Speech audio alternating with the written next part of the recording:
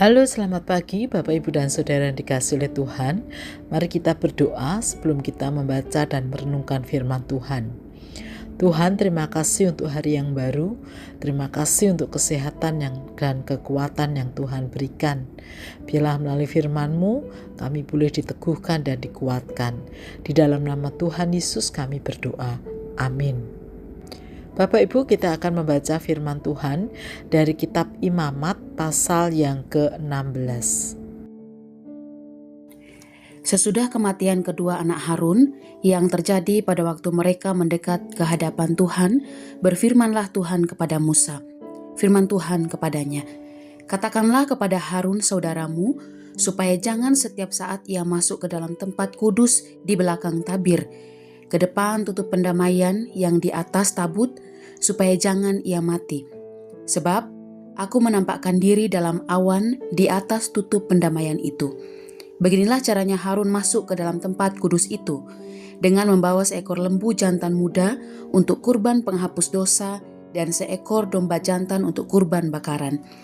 Ia harus mengenakan jubah dalam linen yang kudus, menutupi auratnya dengan celana linen, memakai ikat pinggang linen, dan berlilitkan serban linen. Itulah pakaian kudus yang harus dikenakannya sesudah ia membasuh tubuhnya dengan air. Dari umat Israel, ia harus mengambil 2 ekor kambing jantan untuk kurban penghapus dosa dan seekor domba jantan untuk kurban bakaran. Kemudian Harun harus mempersembahkan lembu jantan yang akan menjadi kurban penghapus dosa bagi dia sendiri, dan dengan demikian mengadakan pendamaian bagi dia dan keluarganya. Ia harus mengambil kedua ekor kambing jantan itu dan menempatkannya di hadapan Tuhan di depan pintu kemah pertemuan. Ia harus membuang undi atas kedua kambing jantan itu, sebuah undi bagi Tuhan dan sebuah lagi bagi Asasel. Lalu Harun harus mempersembahkan kambing jantan yang kena undi bagi Tuhan dan mengolahnya sebagai kurban penghapus dosa. Tetapi kambing jantan yang kena undi bagi Asasel harus ditempatkan hidup-hidup di hadapan Tuhan untuk mengadakan pendamaian. Lalu dilepaskan bagi Asasel ke padang gurun. Harun harus mempersembahkan lembu jantan yang akan menjadi kurban penghapus dosa bagi dia sendiri dan mengadakan pendamaian bagi dia dan keluarganya.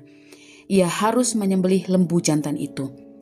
Ia harus mengambil perbaraan yang penuh dengan bara api dari atas mezbah yang di hadapan Tuhan, serta segenggam penuh dupa wangi yang digiling sampai halus, lalu membawanya masuk ke belakang tabir. Kemudian ia harus meletakkan dupa itu di atas api di hadapan Tuhan, sehingga asap dupa itu menutupi tutup pendamaian yang di atas hukum Allah, supaya ia jangan mati. Lalu ia harus mengambil sedikit dari darah lembu jantan itu dan memercikkannya dengan jarinya ke atas tutup pendamaian di bagian depan. Dan ia harus memercikkan sedikit dari darah itu dengan jarinya 7 kali ke depan tutup pendamaian itu. Lalu ia harus menyembelih kambing jantan yang akan menjadi kurban penghapus dosa bagi bangsa itu dan membawa darahnya masuk ke belakang tabir. Darah itu harus diperlakukan seperti ia memperlakukan darah lembu jantan. Ia harus memercikkannya ke atas tutup pendamaian dan ke depan tutup pendamaian itu. Demikian caranya ia mengadakan pendamaian bagi tempat kudus itu karena segala kenajisan orang Israel dan segala pelanggaran mereka, apapun juga dosa mereka. Demikianlah harus diperbuatnya dengan kemah pertemuan yang tetap berada di antara mereka, di tengah-tengah segala kenajisan mereka. Tidak seorang pun boleh hadir di dalam kemah pertemuan ketika Harun masuk untuk mengadakan pendamaian di tempat kudus, sampai ia keluar setelah mengadakan pendamaian bagi dia sendiri, keluarganya, dan bagi seluruh jemaah Israel. Kemudian ia harus pergi keluar ke mezbah yang ada di hadapan Tuhan dan mengadakan pendamaian bagi mezbah itu. Ia harus mengambil sedikit dari darah lembu jantan dan dari darah kambing jantan itu, lalu membubuhkannya pada tanduk-tanduk mezbah sekelilingnya. Ia harus memercikkan sedikit dari darah itu 7 kali ke mezbah itu dengan jarinya dan menahirkan serta menguduskannya dari segala kenajisan orang Israel. Setelah selesai mengadakan pendamaian bagi tempat kudus dan kemah pertemuan serta mezbah, ia harus mempersembahkan kambing jantan yang masih hidup itu. Harun harus meletakkan kedua tangannya ke atas kepala kambing jantan yang hidup itu, dan di atas kepala kambing itu mengakui segala kesalahan orang Israel, serta segala pelanggaran mereka, apapun juga dosa mereka. Ia harus menanggungkan semuanya itu ke atas kepala kambing jantan itu, lalu melepaskannya ke padang gurun dengan perantaraan seseorang yang sudah siap untuk itu. Demikianlah kambing jantan itu harus mengangkut segala kesalahan Israel ke tanah yang tandus, dan kambing itu harus dilepaskan di padang gurun. Sesudah itu Harun harus masuk ke dalam kemah pertemuan dan menanggalkan pakaian linen yang dikenakannya ketika ia masuk ke dalam tempat kudus, dan harus meninggalkannya di sana. Ia harus membasuh tubuhnya dengan air di suatu tempat yang kudus dan mengenakan pakaiannya sendiri. Lalu ia harus keluar dan mempersembahkan kurban bakarannya sendiri dan kurban bakaran bangsa itu. Dengan demikian, ia mengadakan pendamaian bagi dia sendiri dan bangsa itu. Ia harus membakar lemak kurban penghapus dosa di atas mezbah. Orang yang melepaskan kambing jantan bagi Asasel harus mencuci pakaiannya, membasuh tubuhnya dengan air, dan sesudah itu barulah ia boleh masuk ke perkemahan. Lembu jantan dan kambing jantan kurban penghapus dosa yang darahnya telah dibawa masuk untuk mengadakan pendamaian di dalam tempat kudus harus dibawa keluar dari perkemahan. Kulit, daging, dan kotorannya harus dibakar habis. Siapa yang membakar semuanya itu harus mencuci pakaiannya dan membasuh tubuhnya dengan air.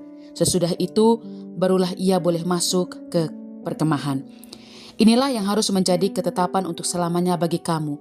Pada bulan ke-7, tanggal 10 bulan itu, kamu harus merendahkan diri dengan berpuasa dan tidak melakukan pekerjaan apapun, baik warga asli maupun pendatang yang tinggal di tengah-tengahmu. Sebab pada hari itu harus diadakan pendamaian bagimu untuk menahirkan kamu. Kamu akan ditahirkan dari segala dosamu di hadapan Tuhan. Hari itu harus menjadi Sabat, hari perhentian penuh bagimu, dan kamu harus merendahkan diri dengan berpuasa. Itulah ketetapan untuk selamanya. Pendamaian harus diadakan oleh imam yang telah diurapi dan ditabiskan untuk memegang jabatan imam menggantikan ayahnya. Ia harus mengenakan pakaian linen, pakaian kudus. Ia harus mengadakan pendamaian bagi tempat maha kudus, kemah pertemuan dan mezbah, juga bagi para imam dan seluruh bangsa, jemaah itu. Itulah yang harus menjadi ketetapan untuk selamanya bagimu, supaya sekali setahun diadakan pendamaian bagi orang Israel karena segala dosa mereka. Harun pun melakukan seperti yang diperintahkan Tuhan kepada Musa. Bapak, Ibu, dan saudara-saudari yang dikasihi oleh Tuhan, ibadah pendamaian menjadi salah satu ibadah yang paling penting di dalam tradisi Israel. Ibadah pendamaian ini ada dua esensi yang paling tidak ingin ditunjukkan. Yang pertama, ibadah yang mengingatkan kepada umat Israel akan dosa kesalahan yang mereka perbuat. Kedua, Allah yang mereka sembah adalah Allah yang penuh kasih dan pengampunan, sehingga Allah memberikan kesempatan kepada mereka untuk mengaku dosa dan menerima pengampunan dari Allah.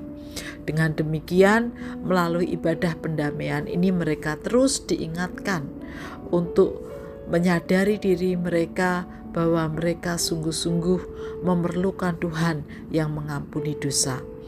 Karena itu mereka diminta juga untuk bersyukur bahwa di tengah keberdosaan itu Tuhan mau mengampuni dosa mereka. Bapak, Ibu, dan saudara yang dikasihi oleh Tuhan, di setiap minggu kedua dalam ibadah kita juga disebut sebagai minggu pendamaian, di mana memberi ruang kepada jemaat untuk mengaku dosa, lalu kemudian menerima pengampunan dari Allah. Bapak, Ibu, dan saudara, meskipun dalam perjanjian baru Tuhan Yesus adalah pendamai kita yang mendamaikan kita sebagai manusia dengan Allah Sang Pencipta. Jadi Tuhan Yesus adalah juru damai kita. Bukan berarti lalu kemudian kita tidak membutuhkan ruang untuk pengakuan dosa, karena kita sadar dalam hidup mengikut Tuhan Yesus, kadang kita pun gagal untuk taat pada firman-Nya. Karena itu ibadah pendamaian ini mengingatkan kepada kita untuk terus mau dan menyadari keberdosaan kita dan memohon pengampunan dari Allah, sehingga Allah terus memperbaharui kehidupan kita dari hari ke hari menjadi lebih baik. Mari kita berdoa.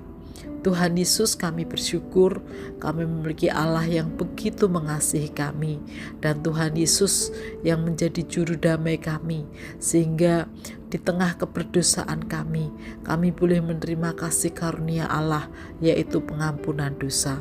Kami sadar Tuhan bahwa ketika kami mengikut Engkau, kami pun sering gagal dalam melakukan firman-Mu. Kami sering jatuh dalam dosa. Karena itu ampunilah kami Tuhan, dan bantulah kami. Berikanlah hikmat-Mu. Melalui pengampunan-Mu kami terus disadarkan untuk mawas diri. Kami menyerahkan hidup kami Tuhan ke dalam tangan kasih dan kuasa-Mu. Di dalam nama Tuhan Yesus kami berdoa dan mengucap syukur. Amin.